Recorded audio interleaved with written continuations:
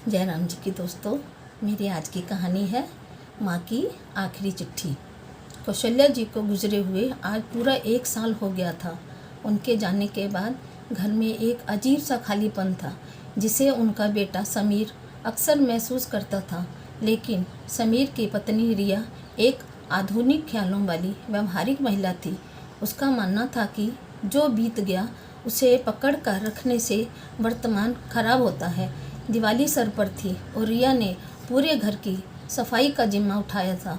वह घर को नए तरीके से सजाना चाहती थी, इसलिए वह हर पुरानी और बेकार चीज़ को घर से बाहर निकाल रही थी। सफाई करते करते वह स्टोर रूम के एक कोने में पहुंची, जहां कौशल्या जी का पुराना लोहे का संदूक रखा था। रिया ने नाक सिकोड़ते हुए सोचा, इस कबाड़ को तो आज खाली करके ही रहूंगी। ना जाने माँ जी ने इसमें क्या क्या भर रखा था। रिया ने संदूक खोला। उसमें से पुरानी नेफ्तालीन की गोलियां, सीलन की गंध आई। अंदर पुराने कपड़े, कुछ पुराने बर्तन और ढेरों ऐसी चीज़ें थी जिनका कोई इस्तेमाल ही नहीं था। रिया एक एक करके सब बाहर फेंकने वाली कार्टन में डालने लगी। तभी उसके हाथ में एक पुरानी मटमैली सी मलमल की पोटली लगी। उसने उसे खोला तो अंदर एक बहुत ही पुरानी, फीकी पड़ चुकी नीले रंग की सूती साड़ी निकली। साड़ी कई जगहों से घिस चुकी थी और उसमें रफू भी किया गया था। रिया ने झुंझलाते हुए कहा, हद है, माँ जी ने इतनी फटी हुई साड़ी भी सहेज कर रखी है। इसे तो पोछा बनाने के लिए भी ना कभी इस्तेमाल करूं। उसने वह साड़ी कूड़े के ढेर में फेंक दी।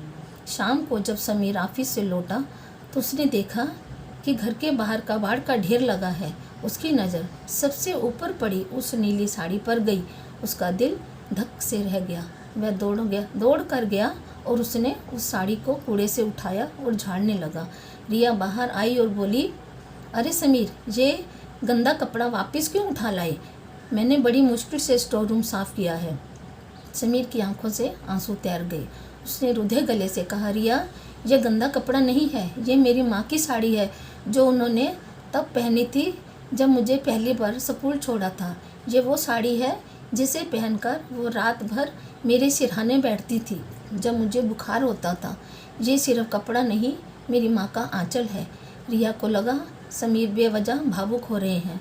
वह बोली, समीर, मैं समझती हूँ, पर ज़्यादा दिल में होती है, इन फटी पुरानी चीज़ों में नहीं। हमें घर में नई चीज़ों के लिए जगह बनानी है। समीर ने साड़ी को सीने से लगा रखा था। तभी उसे साड़ी के पल्लू के कोने में कुछ गठा हुआ महसूस हुआ। वहाँ एक छोटी सी गांठ लगी थी, जैसा अक्सर पुरानी औरतें लगाती हैं। समीर ने कांपते हाथों से वह गांठ खोली। उसमें से एक पुराना चांदी का सिक्का और एक तोड़ी मुड़ी चिट्ठी निकली। चिट्ठी पर लिखा था, मेरी प्यारी बहू के लिए। रिया और समीर दोनों हैरान रह गए। रिया ने आगे बढ़कर वह चिट्ठी ली। कौशल्या जी की टेढ़ी मेढ़ी लिखावट थी, जो शायद उन्होंने अपने अंतिम दिनों में कांपते हाथों से लिखी थी। रिया ने पढ़ना शुरू किया। मेरी प्यारी बहू रिया, मुझे पता है जब तक तुम ये चिट्ठी पढ़ोगी मैं इस दुनिया में नहीं होंगी। मैं ये भी जानती हूँ कि तुम्हें मेरी पुरानी चीज़ें कबाड़ लगती होंगी। तुम सही भी हो। नए ज़माने में इन पुरानी चीज़ों की क्या जगह। बेटा, ये नीली साड़ी मेरी सबसे कीमती चीज़ है।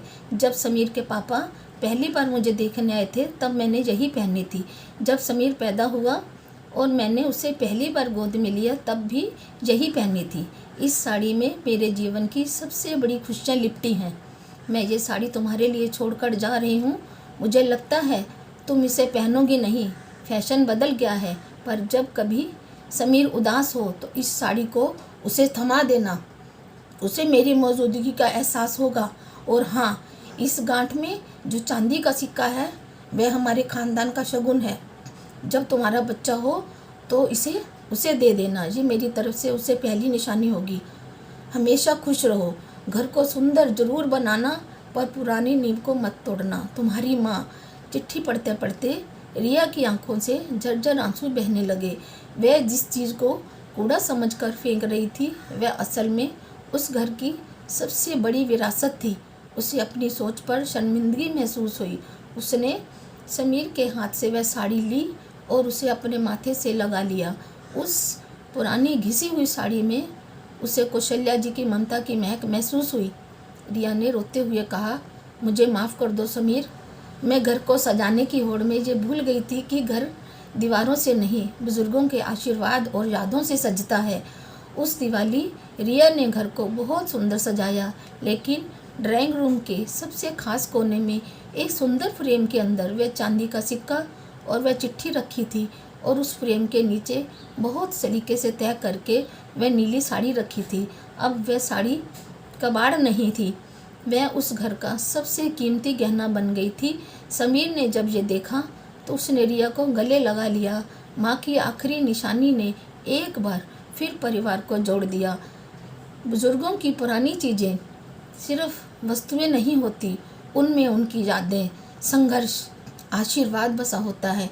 आधुनिक बनने की दौड़ में हमें अपने जड़ों और विरासत को कभी कबाड़ समझकर फेंकना नहीं चाहिए, क्योंकि वही हमारे अस्तित्व की नींव है। राधे राधे।